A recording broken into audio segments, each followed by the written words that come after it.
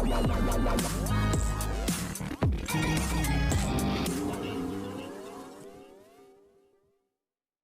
Everyone, you are watching serial Syapa, जहां पे देते हैं शो से जुड़ी अमेजिंग अपडेट। बात करते हैं टीवी सीरियल इश्क की दास्तान नागमणि की। तो शो के अपकमिंग ट्रैक में आप सब देखने वाले हैं कि कैसे यहां पर शिवाय की मां और दादी सभी लोग सामान पैक कर रहे होते हैं और यहां पर दामिनी बुलबुल को धमकी दे रही होती है कि बस कुछ ही टाइम बचा है, उसके बाद तेरा दिल निकाल करके मैं तेरी माँ को यहाँ आने पर मजबूर कर दूंगी। यहाँ पर दामिनी कहती है तू अब किसी के बचाए से नहीं बच सकती, और बुलबुल कहती है मेरी माँ मुझे बचाने ज़रूर आएगी। तभी दामिनी हंसती और कहती है मैं यही तो चाहती हूँ, और वो अपना चुड़ैल वाला हंसी हंसती है, जिसकी वजह से बुलबुल बहुत घबराती है। यहाँ दिखाया जाएगा कि बुलबुल भोलेनाथ से प्रार्थना करती है और वो कहती है कि भोलेनाथ, मैंने पिछले जन्म में भी अपनी माँ को खो दिया था, प्लीज़ आप मेरी सहायता कीजिए। और तभी यहाँ पर बुलबुल फ्लैशबैक में सब कुछ याद करती है कि कैसे उसने यहाँ पर पार्वती से अपना एक खास बॉन्ड बनाया था और कैसे उसने अपनी माँ के तौर पर उसको एक्सेप्ट किया था। इतना ही नहीं, यहाँ पर अपने और पार्वती के सारे खूबसूरत और गोल्डन मोमेंट्स वो याद करती है और वो सोचती है कि सब कुछ कितना अच्छा था। और तभी यहाँ पर बुलबुल भोलेनाथ से लगातार प्रार्थना कर रही होगी। दादी कहती हैं यहाँ पर नंदिनी से कि बेटा ऐसे नहीं होता है, घर छोड़कर जाने की क्या ज़रूरत है, हम सब कुछ निपटा सकते हैं। तभी इन लोगों को आहट आती है शिवाय के चाचा जी और दूसरे इंसान के आने की, और तभी समझ जाती है नंदिनी कि ये लोग उसे मारने आ रही हैं। और वो देखते ही देखते शिप्रा को अलमारी में बंद कर देती है और दादी को सोफे के पीछे छिपा देती है और खुद पर्दे के पीछे छिप जाती है। जैसे ही ये दोनों अंदर एंटर होते हैं, यह कमरे में कोई नहीं होता और सभी लोग आपस में बात करते हुए कहते हैं कि देखा, तुम तो कह रहे थे कि वो लोग कमरे में ही होंगे, लेकिन असल में वो लोग कमरे में हैं ही नहीं, ऐसा लगता है भाग गए हैं। जैसे ही शिवाय के चाचा जी जा रहे होंगे कमरा छोड़कर, तभी उनकी नज़र पड़ेगी अटैची पर, जो नंदिनी ने अपनी सामान पैक की लगाई थी, जिससे देख कर उन्हें कन्फर्म हो जाता है कि ये लोग भाग रहे थे, भागे नहीं हैं। वो कहते हैं कि सब लोग यहीं हैं, ढूंढो। तभी वो एक एक करके सबका नाम लेते हैं और वो सबको धमकी भरा टॉर्चर करते हैं और शिप्रा से भी बाहर आने का कहते हैं, और एक एक करके यहाँ पर सबको धमकी देते हुए नजर आएंगे। शो के अपकमिंग ट्रैक में आप ये भी देखने वाले हैं कि कैसे शिवाय का जो कज़न है वो यहाँ पर देने वाला है अपने पापा को आइडिया, और वो ये कहता हुआ नजर आएगा कि अगर ये लोग इस कमरे में हैं तो हम इनके मारने का इंतज़ाम करते हैं। और वो सूतली बॉम्ब जैसा कुछ फेंकता है और कहता है कि इससे जहरीली गैस बाहर आएगी।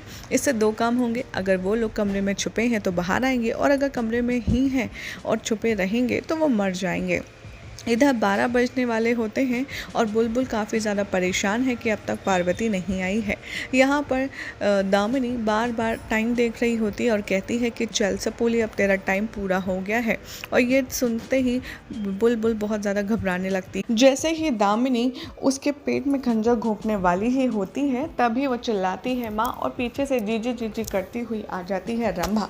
वो कहती है कि मैंने शिवाय को देखा, वो स्टोर रूम में बंद कर दिया है मैंने उसको, ताकि वो कहीं जा ना पाए, आप चलिए मेरे साथ जीजी। और ये सुनकर के दामिनी तो बहुत खुश हो जाती है और वो कहती है कि क्या सच में तुमने मेरे शिवाय को देखा। और तभी वो बुलबुल को छोड़कर शिवाय को देखने, उससे मिलने के लिए दौड़ी चली जाती है। शो के अपकमिंग ट्रैक में दिखाया जाएगा कि जैसे ही दामिनी जाती है, पीछे से आ जाती है पार्वती और वो बुलबुल से बात करती है, उसे देखकर इमोशनल हो जाती है। यहाँ पर पार्वती पहले तो बहुत रोती है बुलबुल को देखकर, और बुलबुल भी माँ मुझे बचा लो करके उसकी हेल्प मांगती है।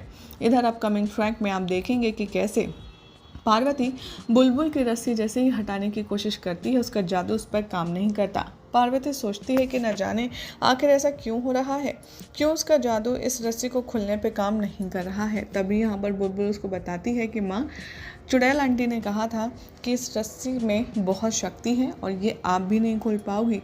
तभी पार्वती को गुस्सा आता है, वो कहती है कि ऐसी कोई चीज़ नहीं है जो कोई माँ ना कर पाए, और वो जय भोलेनाथ बोलकर के उस रस्सी को तोड़ देती है और बुलबुल आज़ाद हो जाती है दामिनी के उस जाल से। इधर दिखाया जाएगा कि बुलबुल से पूछेगी पार्वती कि बेटा आप इतने दिन से वैसे के वैसे ही हो, आप कहाँ थे।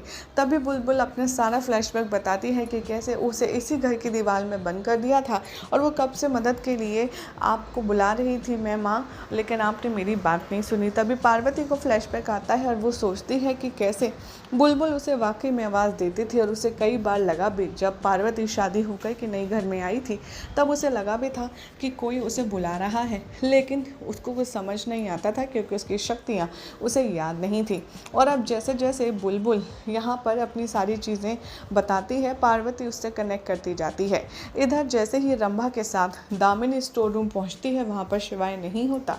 रंभा कहती है कि जीजी मुझे नहीं पता शिवाय कहाँ चला गया, लेकिन आपके सर की कसम शिवाय यहीं था। जैसे ही रंभा दामिनी के सर पर हाथ रखती है, उसके हाथ पर पहना हुआ कड़ा चमकने लगता है, जिसे देखकर दामिनी समझ जाती है कि ये जादुई कंगन है और वो कहती है कि उतारो इनको, आखिर तुम्हें किसने दिए। तभी रंभा कहती है उस सांप ने, यानी कि पार्वती ने। और ये देख कर के बहुत ज़्यादा गुस्सा हो जाती है दामिनी और कहती है तुम्हें पता भी है ये सर कुछ कंगन हैं जिसकी वजह से तुम उसके वश में थी, उस नागिन के वश में थी, और उतारो इसे। ज़बरदस्ती रंभा के कंगन उतार दिए जाते हैं और रंभा अपने सेंसेस में वापस आ जाती है। यहाँ पर बुलबुल को आज़ाद करने के बाद पार्वती कहती है कि बेटा इससे पहले दामिनी आए, चलो हमें यहाँ से निकलना चाहिए। लेकिन जैसे ही अनफॉर्चुनेटली पार्वती बुलबुल का हाथ थामती है, वैसे ही वहाँ पर आ जाती है दामिनी और पार्वती से कहती है कि तुझे क्या लगा था तू इस सपोली को इतनी आसानी से लेकर भाग जाएगी, मैं कुछ नहीं करूँगी। और वो पार्वती के पास जाती है और वो अष्ट धातु वाला जो खंजर है वो उसके पेट में घूम देती है, जिसके बाद बुलबुल अपनी माँ के लिए चिल्लाती है, तड़पती है। और ये देख कर के दामिनी को बहुत सुकून मिलता है और बहुत खुश होती है। इधर दिखाया जाएगा कि सभी लोग उस गैस से बहुत परेशान होते हैं और जैसे ही खटपट की आवाज़ आती है, इन लोगों को लगता है कि अंदर की जो औरतें हैं, यानी कि जो शिवाय की माँ है, दादी है, बहन है, वो सब लोग बाहर आ रही हैं। और जैसे ही दरवाज़ा खुलता है, चाचा जी अटैक करने वाले होते हैं शिवाय की माँ पर और पीछे से शिप्रा डंडा मार देती है और चाचा जी बेहोश हो जाते हैं। लेकिन दूसरे ही पल जैसे ही चाचा जी का बेटा अंदर घुसता है, वो शिप्रा पर अटैक करने वाला होता है, लेकिन पीछे से उसी का भाई आ जाता है और वो उसे बचा लेता है। यही सब दिखाया जाएगा आज रात के एपिसोड में, जिसमें देखना होगा बेहद इंटरेस्टिंग कि ना जाने अब पार्वती कैसे अपनी सारी जो अपनी कलश है वो पूरे करती है। फिलहाल तो ऐसे मज़ेदार अपडेट्स के लिए चैनल को सब्सक्राइब कीजिए, वीडियो को लाइक शेयर करना ना भूलें।